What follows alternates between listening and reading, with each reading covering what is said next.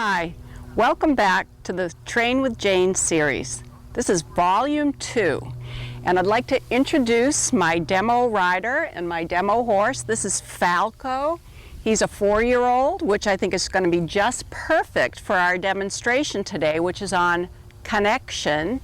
And this is my dear friend, Ruth Hogan-Polson, who we've known each other more decades than either one of us would care to admit to. And she's my demo rider for this series. And as I said, today's topic is on connection. And what we're going to do to start off with is Ruth is going to show you a typical young horse trotting around, not connected, with a hollow back and his head and neck up in the air and the hind legs trailing. And what I would like you to do is take a little mental Polaroid of the shape, the silhouette, the lack of roundness of the horse, because as we apply the connecting aids, you're going to see this horse change his shape dramatically. And here's one thing you can do to help yourself with that mental Polaroid. Take an imaginary tape measure and run it from behind the horse's ears over his top line to the top of his tail. And then take another tape measure and start under the throat latch, go underneath the neck, underneath the belly, and up to the tail. And you'll see as Falco starts off very, very hollow in his trot, you'll see that the top line measurement is much shorter than the bottom line measurement, which means he's dropped his back is very hollow, and he's just shuffling along stiffly on his legs, rather than moving through his whole body, because we've connected the hind legs, the engine, over his back, through his neck, and into the hand. So now Ruth is going to trot around a little bit, and I want you to take that little mental Polaroid of the shape of the horse, measuring the top line, measuring the bottom line, so that you can see that this bottom line measurement is much longer. Okay, Ruth, take it away. Just one little trot around and maybe across the diagonal.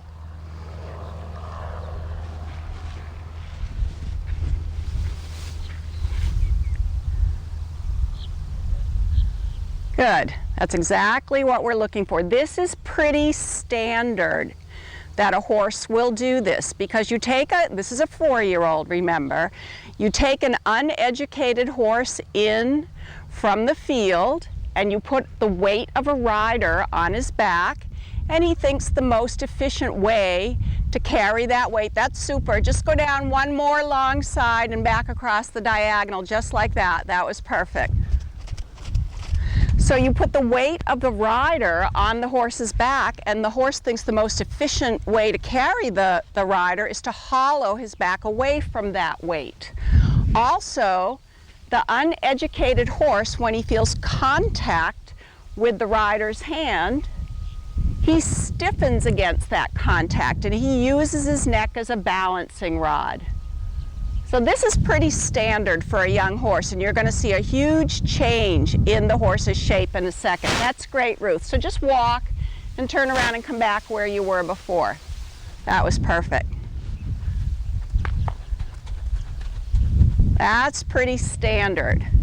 So I want to talk for a little bit about how we're going to change this horse's shape. We're going to use what I call connecting aids to connect, as I said, the back end over his back, through his neck, into her hand, so that she can then recycle power. Now I'm going to use the expressions connecting aids and connecting half halt interchangeably. And because of that, I want to give you a little history of the half halt. I really believe that the half halt is the most important concept in riding, and that's because the reason we give a half halt is to bring the horse to a more perfect state of balance. And because they weren't designed to be ridden, horses are losing their balance all the time, and they can express that loss of balance in many different ways. They can hollow their backs, like you just saw Falco do.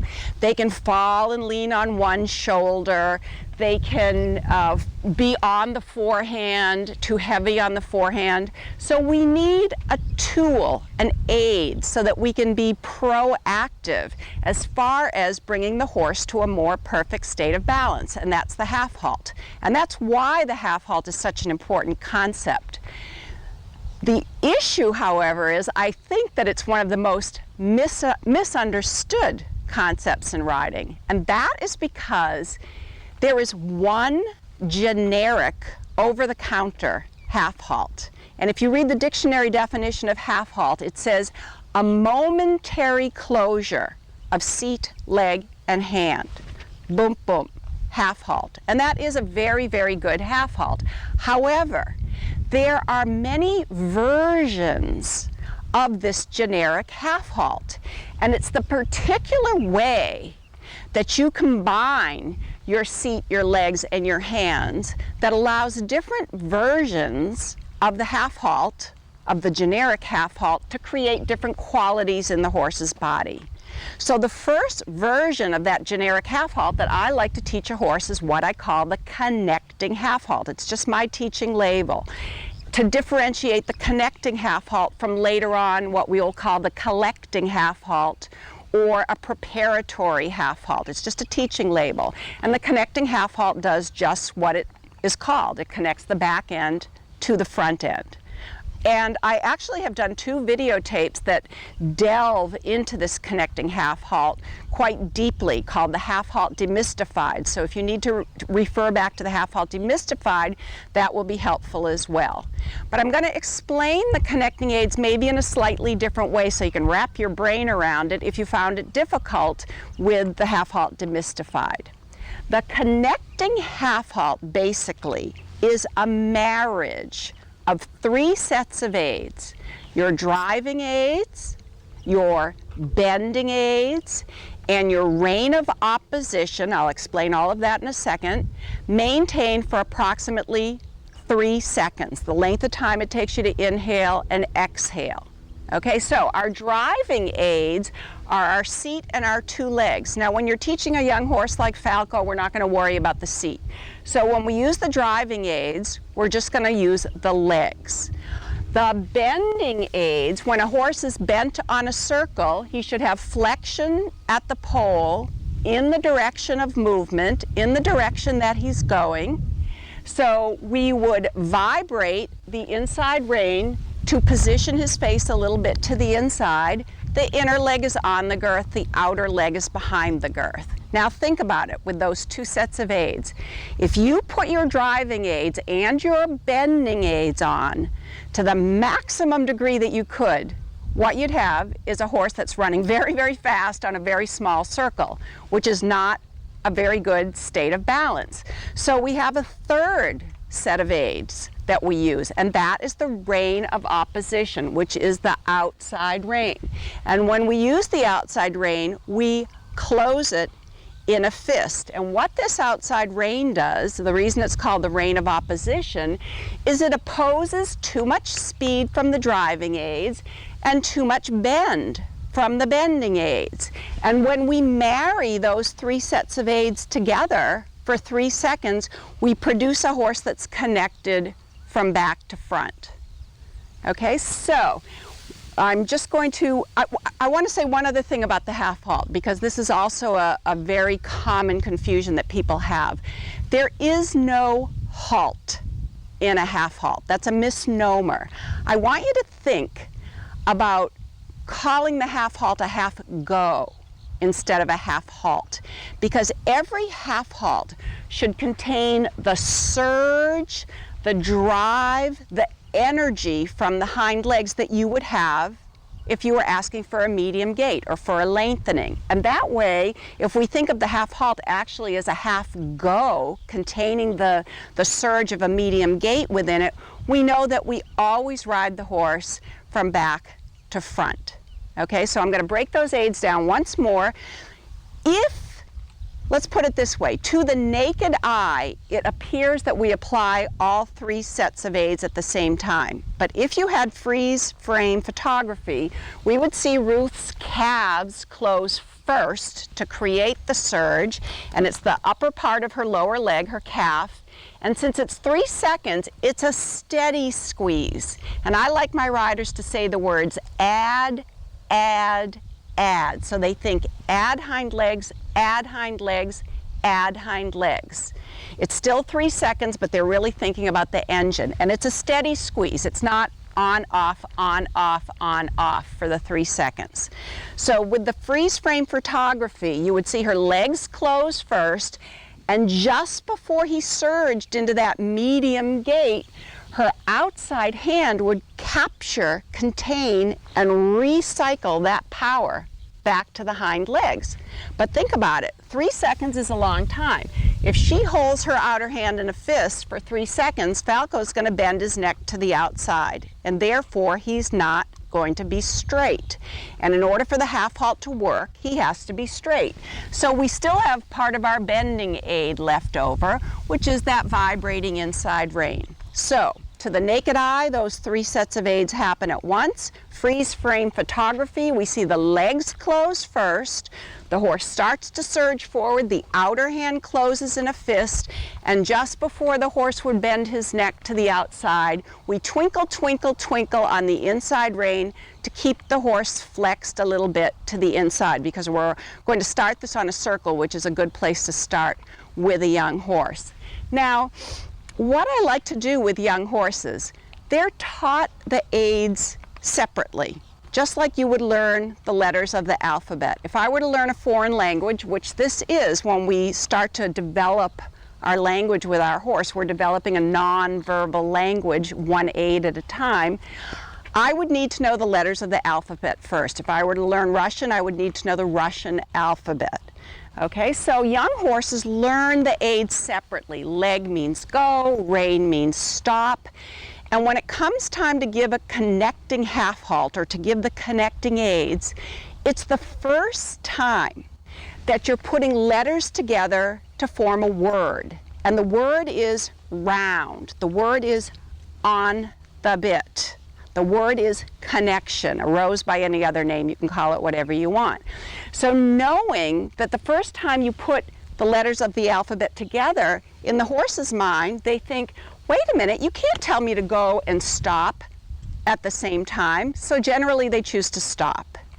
And they can express stopping in any number of ways. They can slow down, they can shorten their necks, they can go crooked with their hindquarters, they can push the hind legs out the back door.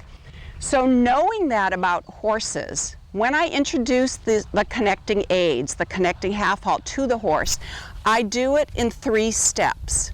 The first step is to know that the horse is in front of your leg, that when you close your legs, you do get that surge from behind, that you get that feeling of a lengthening or the feeling of a medium trot. We're going to start in the rising trot.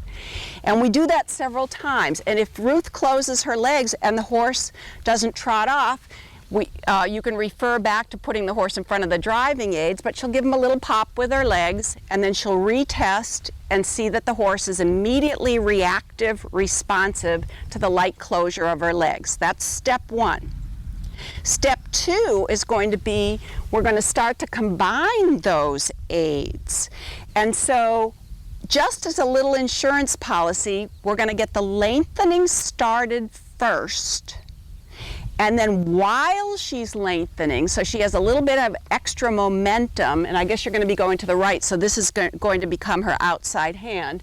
She's going to close her left hand in the fist, and she's going to go twinkle, twinkle, twinkle on the right rein to keep him flexed and bent to the right. And she's going to keep lengthening until he steps through this closed outside hand, and you'll know the moment that he steps through because he's going to get rounder. And as soon as he does that, she brings him back to the working trot and praises him. That's step 2.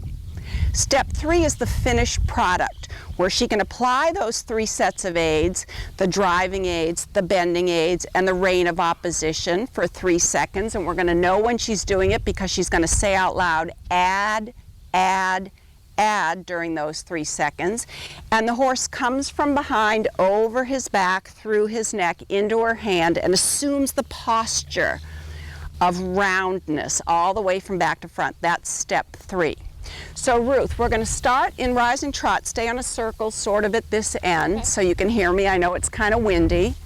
And we just want to do step 1, which is to know that he is in front of your leg. So just a working trot on the circle to begin with. Good.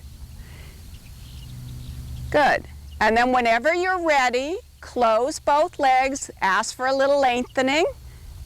Yeah, and tell him good boy. And then slow him down and ask again.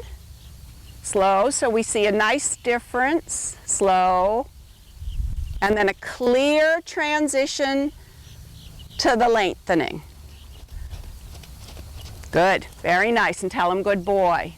Good, and slow again, back to working trot. Now we're going to go to step 2, which is that Ruth is going to start a lengthening and she's going to keep lengthening while she closes her outer hand in a fist and vibrates the inside rein. So get the lengthening going first, good. Now keep lengthening, close your left hand, vibrate your right hand, good. That's all right, doesn't matter, come back to the trot, we'll do the whole thing again. And lengthen, oh, tell him trot, that's all normal for a young horse. Yep, and lengthen, close your left hand, vibrate the inner hand, watch his neck, good, and slow down and tell him good boy, that was super. And slow down to working trot, good. Let's try the whole thing once more. You can allow him to be hollow a little bit in the beginning so we can see a difference. Let him come a little more hollow, good. And lengthen, lengthen, get the lengthening going first, then keep him lengthening. Close your outer hand and twinkle, twinkle, twinkle. Inner hand watches, there he goes as his neck comes down. Good, slow down and pet him. Good, now stay in the working trot. We're going to go to step 3, which is just to ride connecting aids or the connecting half halt in the working gait. So you're going to say the words add, add, add for the 3 seconds of the half halt. Make him a little more hollow first to begin with so we can see a difference. Bring his head up a little more. There you go. More. Yep. And then count your half halt. And soften, and tell him good boy. Now what I loved about that is you could see the surge from behind. Even though he was resistant in front, we could see that it was a half go, not a half halt. Now I know this is hard for Falco, but make him hollow again and demonstrate that one more time because that was perfect. Make him hollow, get the surge from behind, and count your half halt. Good. Count. Perfect, and praise him and walk. Good, that was super. Okay, and you can actually just circle around and then come stand here again. That was super. Okay, so a lot of times people think, you can come right back here, Ruth. A lot of times people think that that's very uncomplicated to make their horse, very complicated rather, to make their horses round, and it is uncomplicated. All you need to do is close your legs as if you're asking for a lengthening and ask yourself this question. Can you do this? Everybody try it at home. If you can do this, you can give a connecting half halt. What that exercise shows is that you can be independent with your 2 hands. That you can do one thing with one hand. In this case, her outer hand was steady closed in a fist, while her inner hand was twinkle, twinkle, vibrating on the rein. We don't want to twinkle, twinkle on both reins, and we don't want to close both hands. We want to be independent with the way that you use the hands. So you ask for the surge from behind first, and then the outer hand closes, and the inner hand gives and takes. And that's as simple as it is to give the connecting aids and make the horse round, or ask the horse to come round. What I think is interesting, and this is what I want you to think about, is that a lot of times people think that the horse is going to come round on the bit, connected, however you want to say it, all by himself. And here's how I want you to think about it. You need to train this aid, the aid for roundness, in the same way you teach your horse the aid for a canter depart, the aid for a leg yield, it is an aid. It is the aid for being on the bit. And if you want to put your horse on the bit, if you want to connect your horse, you have to give him the aid. Not giving him the aid is the same as, let's say you were doing a training level test 1 and you were trotting on a circle at this end of the arena. And when you got to A, you were supposed to pick up the canter. But as you approach A, you say to yourself, I'm not going to give any aids. I'm just going to sit up here on my horse and I'm going to wish and I'm going to hope and I'm going to pray that when my horse passes the letter A all by himself with no help from me, he's going to pick up the canter. And the chances of that are pretty slim. If you want your horse to pick up the canter, you have to give him the aid to canter. If you want your horse to be connected and round, you have to give him the aid for being connected and round. And it's this version of the generic half halt that asks the horse to come connected, to come on the bit. So those are the 3 steps that I use to teach the young horse the half halt. I use that, especially that second step, lengthening through the closed outside hand, as a little insurance policy. I have a little extra power from behind to power through the closed outside hand so that the horse thinks, okay, that hand is closed and it's a wall, but it's an invisible wall and I can step through it. And once the horse steps through this closed hand, this is when he changes his shape. Now, let's say you try those 3 steps and you're still having some problems. What Ruth and Falco are going to demonstrate now is a little exercise that takes the 3 sets of aids that makes up the connecting half halt. Once again, they're the driving aids, the bending aids, and your rein of opposition, and it's going to magnify or amplify those 3 sets of aids. And what she's going to do is she's going to make him hollow again. We'll start off in the walk and do this. She'll walk with a hollow horse on a 20-meter circle, and then she will close both legs and accelerate onto a small circle. In the walk, he can probably go like 8 meters. Now, closing both legs and thinking accelerate, speed up onto the little circle gives you more driving aid. The fact that she's making a small circle gives you more bending aid, and it gives you more rein of opposition because the rein of opposition limits the size of the circle. So simply by doing this exercise of a small circle within a large circle, you're magnifying the 3 sets of aids that make up the connecting half halt. So let's just try that in the walk. Walk forward with a hollow horse. Poor Falco, he's being a very good sport. When you get like to the center line, Ruth, at that end, accelerate onto an 8-meter circle so that you have more driving, more bending, more rein of opposition. That's super. So press with both calves, turn them on a little circle. A little bit, that's a little too much in the neck, a little less inner rein, a little more outer rein. When you blend back to the 20-meter circle, soften.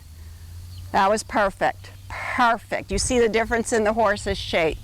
Okay, so you want to try that in the trot? Make him hollow again, and when you accelerate onto the small circle, since you're trotting, do a 10-meter circle. So she's going to think that she's going to lengthen onto a small circle. Close both legs. Excellent. Close your outer hand in a fist. Good. Keep accelerating, and then soften everything. Good. As you go back to the 20-meter circle. Awesome. That is just beautiful. Now, I hate to do this to you, but make him hollow and do it again. Make him hollow. It's all good training because the half halt will serve you well to make him round again. Close both legs. Close your outer hand in a fist, twinkle, twinkle, twinkle, inner hand, and soften everything as you blend back. Beautiful, and pat him, super. And walk and bring him back up here. And that was awesome. Thank you very much. You can see how simple it is. It's not a mystery. The connecting aids are simply combining 3 sets of aids. Driving aids, in this case her right hand is the bending aid, rein of opposition for 3 seconds, the length of time it takes you to inhale and exhale, and then softening after. And that's the way you make your horse round, that's the way you connect him from back to front, otherwise known as being on the bit. So I look forward to seeing you in the next lesson, which is going to be part 2 of our introduction to leg yielding.